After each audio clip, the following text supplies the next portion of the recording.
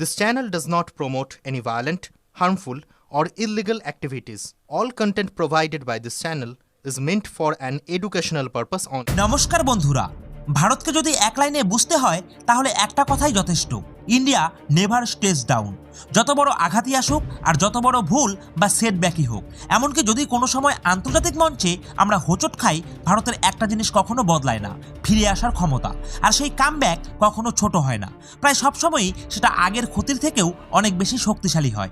ঠিক এই মুহূর্তে এই একই প্যাটার্ন আমরা দেখতে পাচ্ছি বাংলাদেশ ইস্যুতে। আমি আপনাদের কয়েক সপ্তাহ আগেই বলেছিলাম অযথা উত্তেজিত হবেন না, রাগ করে কোনো রকম কনক্লুশনস টানবেন না, আমাদের এজেন্সিদের একটু সময় দিন, আমাদের ডিপ্লোম্যাটসদের একটু স্পেস দিন। ওরা এমন একটা চাল দেবে যেটা দেখে শুধু ভারত না, পুরো জিওপলিটিক্যাল সার্কেল একদম চুপ করে যাবে।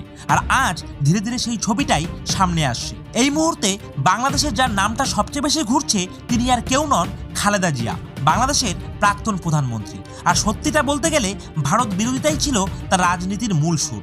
তার দল বিএনপি বাংলাদেশের সবচেয়ে বড় অপোজিশন শক্তি, কিন্তু বাস্তবতা হলো প্রায় 20 বছর ধরে তারা ক্ষমতার বাইরে। কারণ এতদিন দেশটা চালিয়েছেন মুজিব কন্যা শেখ হাসিনা। যেদিন শেখ হাসিনার ক্ষমতা নড়বড়ে হয়ে গেল, সেদিন থেকেই একটা ভয় চারদিকে ছড়িয়ে পড়েছিল, এবার কি তাহলে বিএনপি ফিরছে?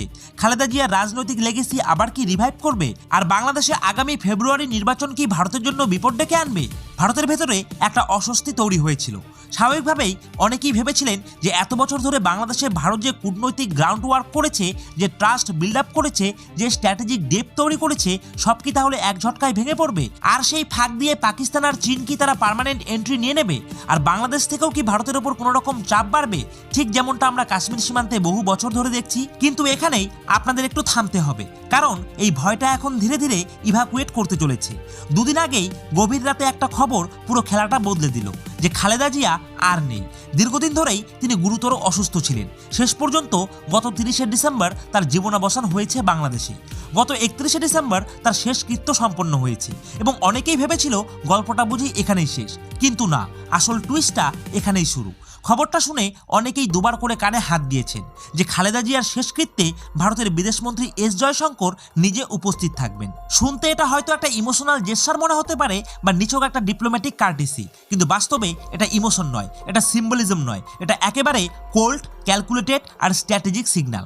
এই মুভের মানে বুঝতে গেলে আপনাদের একটু পেছন ফিরে তাকাতে হবে। বাংলাদেশের সম্প্রতি যে নতুন পাওয়ার স্ট্রাকচার তৈরি হয়েছে, যেটা শেখ হাসিনা সরকারের পতনের পর সামনে এসেছে, এই মুহূর্তে তার কেন্দ্রবিন্দুতে রয়েছেন মোহাম্মদ ইউনূস। আর লক্ষ্য করলে একটা জিনিস স্পষ্ট দেখা যাবে, গত 1 বছরে না ভারতের প্রধানমন্ত্রী তার সঙ্গে সাক্ষাৎ করেছেন, না বিদেশমন্ত্রী, আর না কোনো বড় রাজনৈতিক প্রতিনিধি ঢাকায় গিয়েছেন। আর এটা কোনো অ্যাক্সিডেন্ট নয়, ভারত ইচ্ছে করেই ডিস্টেন্স বজায় রেখেছে, সচেতনভাবেই একটা মেসেজ দিয়েছে। কিন্তু এখন প্রশ্নটা এখানে, ইলেকশনের ঠিক 1 মাস আগে কেন ভারতের বিদেশমন্ত্রী এমন একজন নেত্রীর শেষকৃত্যে গেলেন যার পুরো রাজনৈতিক জীবনটাই কেটেছে ইন্ডিয়া ব্যাসিং করে? এটা কোনো ইমোশনাল জেস্চার নয়, এটার পেছনে অবশ্যই ক্লিয়ার একটা ক্যালকুলেশন রয়েছে, ক্লিয়ার স্ট্র্যাটেজি আছে। না হলে ভারতের মতো দেশের বিদেশমন্ত্রী, এত সিনিয়র লেভেলের একজন নেতা, হঠাৎ করেই কেন অন্য দেশের এক নেত্রীর শেষকৃত্যে যাবেন? আর নীতিটা খুব স্ট্রেট ফরওয়ার্ড, কারণ খালেদা জিয়ার মৃত্যুর পর তার দল বিএনপি এখন নির্বাচনে ফ্রন্ট রানার। তার উপর মৃত্যুর পর স্বাভাবিকভাবেই দলের দিকে সিম্প্যাথি ওয়েব তৈরি হয়েছে। এই পরিস্থিতিতে বিএনপির আসল নিয়ন্ত্রণ চলে এসেছে তার ছেলে তারেক রহমানের হাতে। তিনি এখন কার্যত দলের সুপ্রিমো আর একই সঙ্গে প্রাইম মিনিস্টার ক্যান্ডিডেট। গতকালই ঢাকা থেকে তিনি এমপি পদের জন্য নমিনেশন ফাইল করেছেন। অর্থাৎ গ্রাউন্ড রিয়েলিটি খুব পরিষ্কার, সবকিছু ঠিকঠাক থাকলে তারেক রহমানই হতে চলেছেন বাংলাদেশের পরবর্তী প্রধানমন্ত্রী। আর এখানে খুব একটা ইন্টারেস্টিং ডিটেল জানা দরকার। তারেক রহমান গত প্রায় 15 বছর এক্সাইলে ছিলেন, লন্ডনে থাকতেন। সম্প্রতি তিনি ঢাকায় ফিরেছেন, আর রিপোর্টগুলো যেটা বলছে সেটা বেশ গুরুত্বপূর্ণ। ভারতের সঙ্গে তারেক রহমানের সম্পর্ক সারপ্রাইজিংলি ভাবে ভীষণ পজিটিভ। যতটা খারাপ সম্পর্ক তার মায়ের ছিল ভারতের সঙ্গে, ঠিক উল্টোভাবে সাম্প্রতিক সময়ে তারেক রহমান ভারতের সঙ্গে ওয়ার্কিং রিলেশনশিপ গড়ে তুলেছেন। আর এ কারণেই ভারতের বিদেশমন্ত্রী এস জয়শঙ্কর খালেদা জিয়ার মৃত্যুর পর তার ছেলের সঙ্গে দেখা করতে গেছেন বাংলাদেশে। একদিকে কন্ডোলেন্স আর অন্যদিকে একটা ভেরি লাউড ডিপ্লোম্যাটিক মেসেজ। আর এই মেসেজটা কাদের উদ্দেশ্যে জানেন?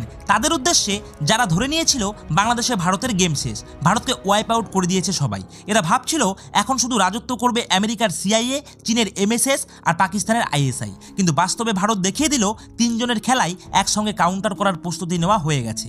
আর এ কারণেই আগামী দিনগুলি ভারতের জন্য এক্সট্রিমলি ইম্পর্টেন্ট, কারণ এখন নজরে থাকবে এস জয়শঙ্কর বাংলাদেশে গিয়ে তারেক রহমানের সঙ্গে দেখা করে কি স্টেটমেন্ট দিয়ে এসেছেন। এমনকি একটা ডাইরেক্ট ফেস অফ পর্যন্ত হয়েছে বর্তমান শাসক মোহাম্মদ ইউনূসের সঙ্গে, যিনি ওপেনলি অ্যান্টি ইন্ডিয়া এবং ভারতকে প্রভোগ করার জন্য ইচ্ছাকৃতভাবে উস্কানিমূলক বক্তব্য দিতেও পিছুপা হন না। তিনি এবার কি বলেছেন আর ভারত সেটা কিভাবে হ্যান্ডেল করে, এইসব আনসার্স আমরা পাবো খুব শিগগিরই। কারণ ভারত এখন আর রিয়েক্টিভ দেশ নয়, ভারত এখন পেশেন্ট, ক্যালকুলেটেড অ্যান্ড স্ট্র্যাটেজিক। শব্দ কম কিন্তু মুভগুলো অনেক লাউড। তাই এস জয়শঙ্করের বাংলাদেশ ভিজিট কোনো ডিপ্লোম্যাটিক ভিজিট নয়, এটা একটা সিগন্যাল ডে। কে কাকে ইগনোর করলো, কে কার সঙ্গে দাঁড়ালো আর কে আসলে বাংলাদেশের ফিউচার পাওয়ার স্ট্রাকচারের সঙ্গে কানেক্ট করলো, এই সব কিছুই কয়েকদিনের মধ্যেই পরিষ্কার হয়ে যাবে। আমরা দেখব ভারতের বক্তব্যে কতটা ম্যাচুরিটি থাকে, কোনো প্রভোকেশন এলে ভারত কিভাবে সেটা রেসপন্ড করে। আর সবচেয়ে বড় কথা হলো ভারত আবারও প্রমাণ করে দিল যে লং গেম খেলতে গেলে ইন্ডিয়াকে আন্ডার এস্টিমেট করা সবচেয়ে বড় ভুল। আর এ কারণেই বলছি এই গল্পটা এখানেই শেষ নয়, এটা এখন মাত্র নেক্সট ফেজে ঢুকেছে। আপনি যদি জিওপলিটিক্স বুঝতে চান, হেডলাইন নয় গ্রাউন্ড রিয়েলিটি জানতে চান, আর নয়েস নয় ক্লিয়ার অ্যানালাইসিস চান, তাহলে অবশ্যই কিন্তু আপনারা আমাদের এই চ্যানেলে ভিজিট করে আমাদের চ্যানেলটিকে সাবস্ক্রাইব করে দিয়ে পাশে থাকা বেল আইকনটিকে বাজিয়ে দেবেন। আর আজকের এই ভিডিওটি ভালো লেগে থাকলে অবশ্যই ভিডিওটিতে একটি লাইক করবেন।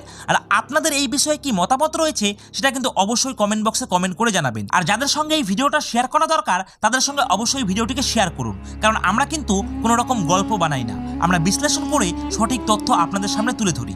তো বন্ধুরা, আজকের মতো ভিডিওটা এখানেই শেষ করছি। জয় হিন্দ, জয় ভারত।